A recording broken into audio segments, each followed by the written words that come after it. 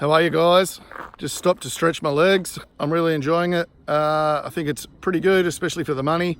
Under 10 grand. Done about 400k so far. And yeah, I reckon it's all right. Be a great bike for entry-level sports tourer. Get someone on the road. And so far so good. Hope you're having a top day. See ya.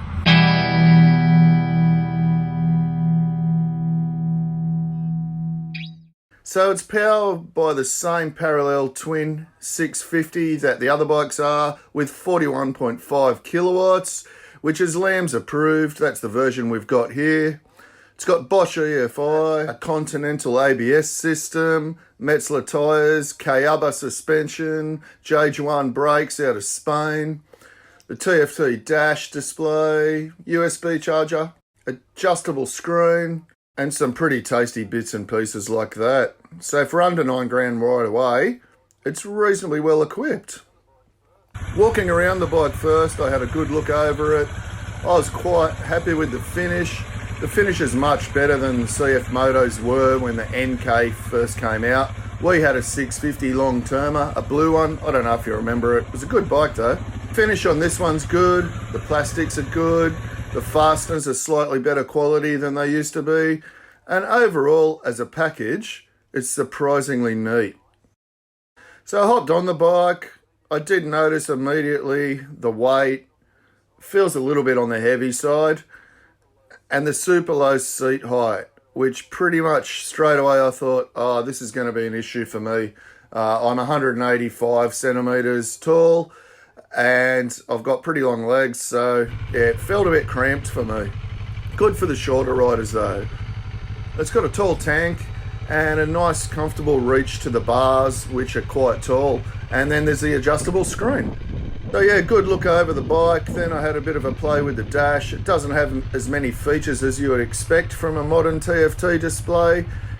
Still had the film on it actually when I rode the bike, and I peeled that off because I thought it was causing the dash to be hard to see when it was backlit, when the sun was behind me. But unfortunately, it wasn't the case, and it was like it all the time. So that was a bit of a problem. With the sun behind me, the TFT display looked a bit dark and I couldn't quite read it. Anyway, off up the road I went. First test was through the city of Newcastle, right through the CBD. It's nice and smooth, comfortable, although, like I said, low, but the low seat height will be fantastic for half the population. It's easy to put both feet on the ground, and it gives you a bit of confidence. That the clutch take-up's nice and smooth in the city.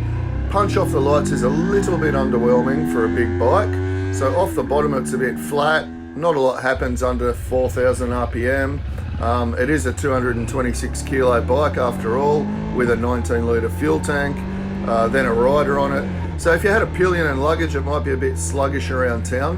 However, once you get up into that mid-range from 5,000 RPM onwards, it's really fine. It gets along well from there. As long as you give it a bit of clutch and revs around town, you're okay till you get out of town. The mirrors are nice and wide, well positioned. They fold back, which is good, and you can see about 70 to 80% behind you with them. So yeah, the mirrors are in a good position. The clutch is nice and smooth and light to use. The gearbox is good. This bike was almost brand new, so I was almost running it in. So I was surprised how good the gearbox was. And like I said, that huge 19 litre fuel tank gave me a 400k range before the light came on and I had to stop for fuel. Temperature of the engine remained stable. Didn't get high like the MT that I rode, which had the thermo fan on the whole time I rode it. So I was really impressed with the cooling efficiency of the GT. Even idling in traffic and riding slowly in heavy traffic, the thermo fan rarely came on during my test. Switchgear's all very standard, basic. There's two modes, sport and touring, that change the display of the dash but don't do anything to the engine. But apart from that, normal switches. Its weight is carried low, and once you get used to manoeuvring it around with a bit of rear brake and a bit of clutch finesse, it's quite easy to stay balanced at low speeds and lane split and weave your way to work and stuff like that. So anyway, I got out of town pretty quickly, straight down the freeway, 110 kilometers an hour, was effortless. The screen was good. I had it on the highest setting and the wind was going straight over my head. It was comfortable. Engine temperature was nice, just a little bit difficult to read the dash. I felt like I could ride it all day, only for the seat. After about an hour, I had to get off and stretch my legs. That's not going to be a problem for everybody, but it will be an issue for some taller riders who find it a bit too cramped in the leg department. But options in seats may become available in the future. So after about 100 kilometers, I met up with Heather for a photo shoot, and that's when I started having a really good time on this bike, fanging it up and down my local twisties. Look, the Metzeler's are really good. They felt slightly different to me at first, especially the front, and then I realised the front tyre was made in China. I had been told there were some of these made in China, and being an experienced Metzeler tester, I did notice the difference in feel, but I had no issues with them. There's plenty of grip there. I'd use them again.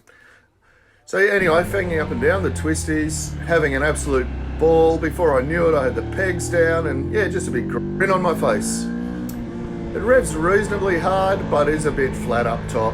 So it's all about riding that mid-range and using the nice long, tall gears, and you can really carry some momentum on the GT.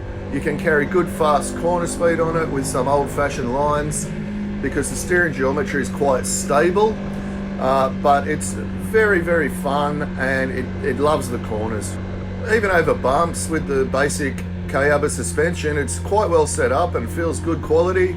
And I didn't touch the rear suspension at all. There's plenty of support on the brakes from the forks, plenty of support on the shock, on the gas, and overall settles really quickly. I would have liked to have seen an upgrade to the calipers and master cylinder on the GT over the other MT models. It should have 4-piston calipers on the front. The brakes are not powerful enough. They don't have the initial bite and you really have to give them a big squeeze, and the bike I was on experienced brake fade quite a lot during the day through the twisties, braking for the tighter turns. The ABS is fantastic though, and I test that on purpose all the time, so you can rely on that, and it's great to have that as a safety feature. Every bike pretty much has it now and we should expect it. The charge point's really handy, had my phone plugged into that. I did a big loop all the way back up north again, and I took in a lot of fast, bumpy country roads. It was raining for some of it, and I just got in a groove. I loved it on the GT, flowing through the countryside, having a great time. I really fell for the bike at that point. Suspension soaked everything up, long tall gears. The lack of initial bite and power of the brakes was no issue in the wet conditions and the slippery conditions. It was an advantage, so that was good. Now, if I don't want to get off the bike even after a big day, I've done well over 400 kilometers in my loop, it means I'm happy and it must be a good bike. So I dropped the bike back to Graham Morris at Graham Morris Motorcycles in Broadmeadow, Newcastle, New South Wales. I was really impressed with the bike, so go and see Graham if you're interested in one, or find your local dealer via cfmoto.com.au. If you're a bigger person, you want a bigger full-size bike for your learners and something you can keep when you get your full license, do a bit of touring for under $9,000, this could be the bike for you. For the full review, check bikereview.com.au. I hope you enjoyed the video. Have an awesome day. Take it easy. Thanks a lot. Bye.